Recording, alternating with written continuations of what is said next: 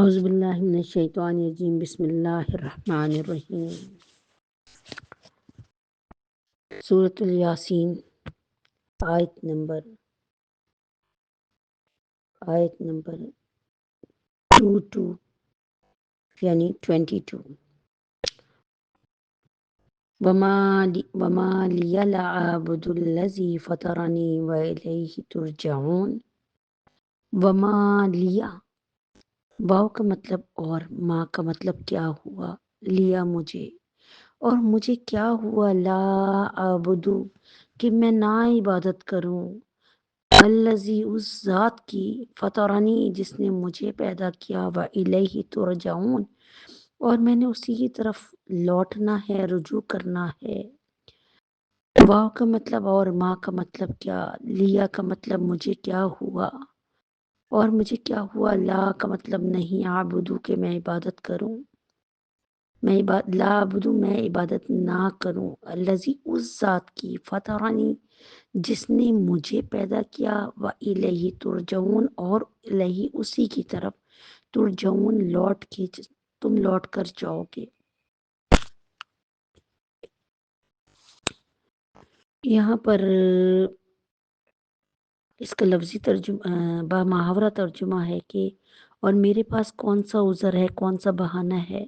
کہ میں اس کی عبادت نہ کروں جس نے مجھے پیدا کیا اور تم سب کو اسی کی طرف، اسی کے پاس لوٹ کر جانا ہے۔ تو یہ مرد مومن کون تھا؟ تاریخ میں لکھا ہے کہ یہ حبیب نجار تھے اور مطلب ایک معمولی انسان تھے۔ تو اس مرد مومن کا قول قرآن پاک نے نقل کر لیا، ایک ایک لفظ کو قرآن پاک نے، ان کی ایک ایک سطر کو، ایک ایک بات کو محفوظ کر لیا۔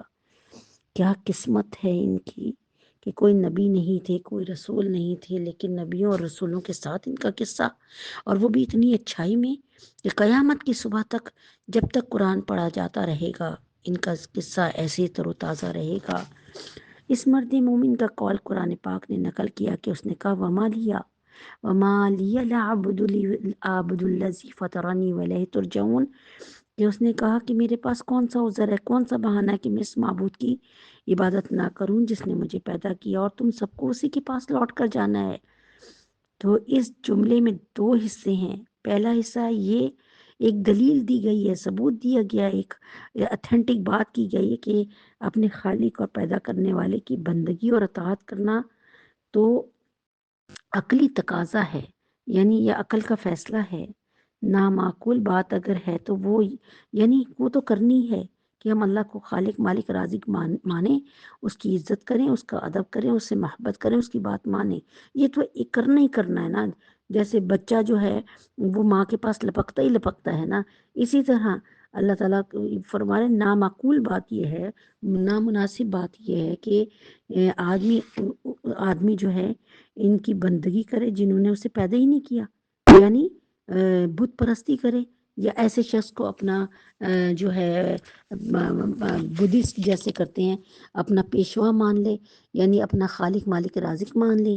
اللہ اکبر۔ اس مرد مومن نے اپنے پر رکھ کر دوسروں کو سنایا تم کو آخر کیا ہوا ہے، جس نے تم کو پیدا کیا اس کی تم بندگی نہ کرو، اپنے پر رکھا کہ دیکھو میرا خالق مالک رازق ہے، وہ مجھے ہر چیز دے رہا ہے، سب کچھ میرے تمام انتظامات چلا رہا ہے، تو مجھ کو کیا ہے کہ میں اس کی بندگی چھوڑ دوں، اس کی عبادت چھوڑ کے دوسری طرف رجوع کروں۔ تو اپنے پر رکھ کر دوسروں کو سمجھایا ہے کہ یہ سب کچھ بہت غلط ہے، کہ مرد مومن اپنی قوم کے لوگوں کو احساس دلا رہا ہے کہ یہ مت سمجھنا کہ تم کو پیدا کر کے تمہارے مالک نے آزاد چھوڑ دیا ہے اور اب اس سے کوئی مطلب نہیں رہا ہے، نہیں، سب کو مرے پیچھے اسی کے پاس جانا ہے، یعنی سب کو مرنے کے بعد اسی کے پاس لوٹنا ہے۔